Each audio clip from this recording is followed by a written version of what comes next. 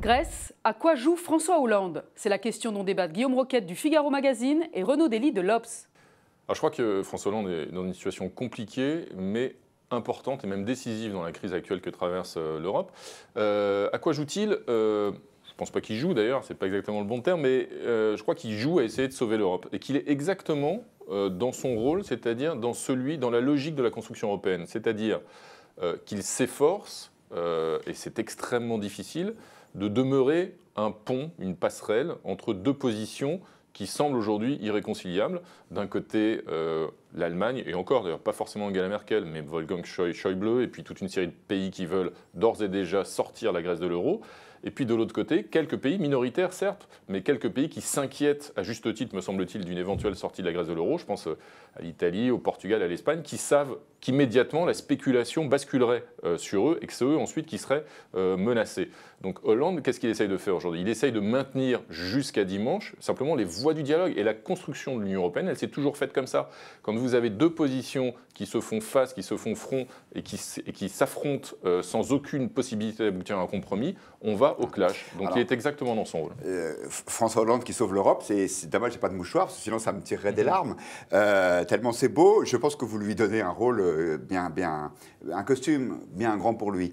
Il fait le médiateur. Oui, sauf que François Hollande, il n'est pas casque bleu. François Hollande, il est là pour porter une voix, qui est la voix de la France, dans l'avenir de l'Europe. La vérité, c'est qu'il ne sait pas très bien quoi faire. Donc, d'un côté, il ne faut pas qu'il s'éloigne trop d'Angela Merkel, parce que le couple franco-allemand, c'est important. Et de l'autre côté, il sait, et ça, je suis d'accord avec vous, que si la Grèce sort de la zone euro, il y a d'autres pays qui vont avoir des comptes à rendre, notamment sur leur gestion publique, sur le creusement des déficits, et la France pourrait en faire partie.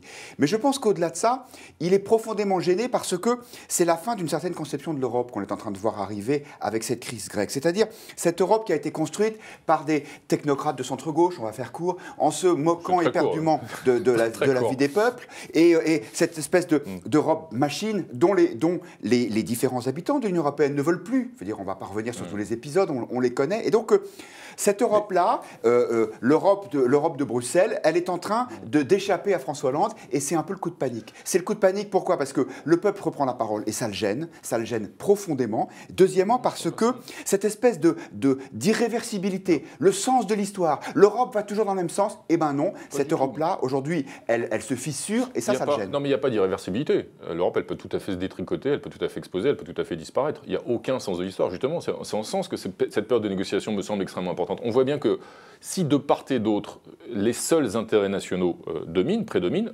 l'Union européenne n'a plus de raison d'être.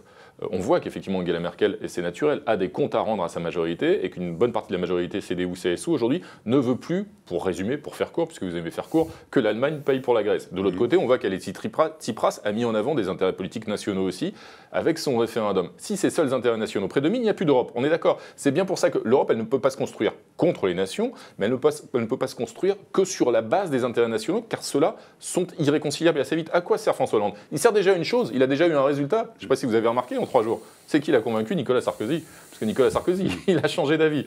Il jouait les pouces au crime la semaine dernière, il fallait virer les Grecs, il fallait arrêter de payer pour eux. Hier, il a même dit à la télévision, en prime time, je suis d'accord avec M. Hollande et M. Valls. Donc déjà, il a prononcé le nom de François Hollande et on sait que pour Nicolas Sarkozy, qu'il appelle d'habitude moi-je, c'était déjà, j'imagine, une douleur. Et lui-même a convenu qu'il ne fallait pas à tout prix, certes, et tout le monde est sur la même position, et notamment pas au prix de remettre en cause le couple franco-allemand, bien sûr, qui reste déterminant, mais il faut encore essayer d'arriver à une médiation. Non, mais qu'il faille arriver à une solution, on le souhaite tous. Je veux dire, nous sommes ni l'un ni l'autre des pouces au crime ou des pyromanes. Simplement, on voit bien ce qui est en train de se passer. Peut-être qu'on va être démenti par les faits, je le souhaite, mais Alexis Tsipras va arriver en disant « Ne m'en demandez pas trop, il faut que je tienne compte des souffrances du peuple grec, et allez, prêtez-moi encore un peu d'argent et ça ira mieux le mois prochain. » Là encore, on va vite, mais finalement, ça revient à ça. La France a déjà payé, je crois, 45 milliards d'euros pour la Grèce, dont on n'est pas prêt de revoir le premier centime. Combien de temps est-ce qu'on va continuer comme ça? C'est-à-dire que, encore une fois, je ne suis pas contre le compromis par principe. Simplement, je pense qu'il y a un moment où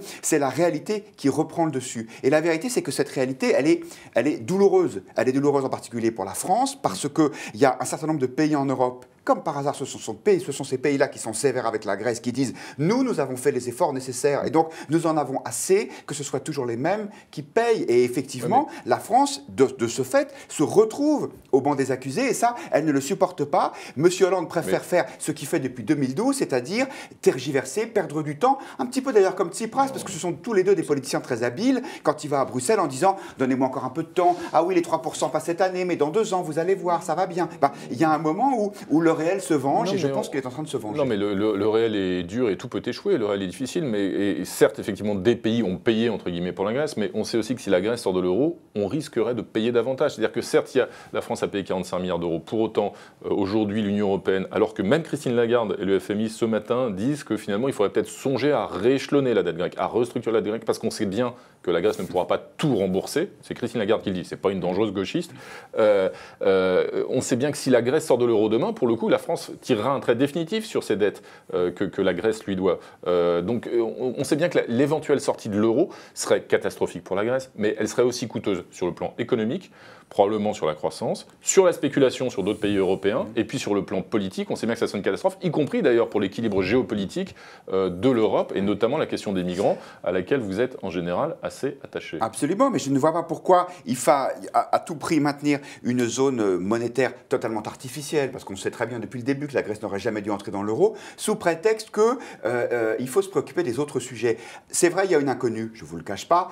Quelles seront les conséquences financières sur la spéculation d'une sortie de la Grèce? Personne ne le sait et pour cause, il n'y a pas eu de précédent. En revanche, moi je dis, il faut laisser la Grèce dans l'Union européenne, évidemment, continuer à avoir une politique aux frontières communes, mais arrêter de vouloir maintenir en vie artificiellement ce système qui est déjà mort, qui est celui d'une zone monétaire unifiée, qui est impossible. Toute l'histoire nous le dit depuis le début, entre des économies aussi différentes que la Grèce et l'Allemagne.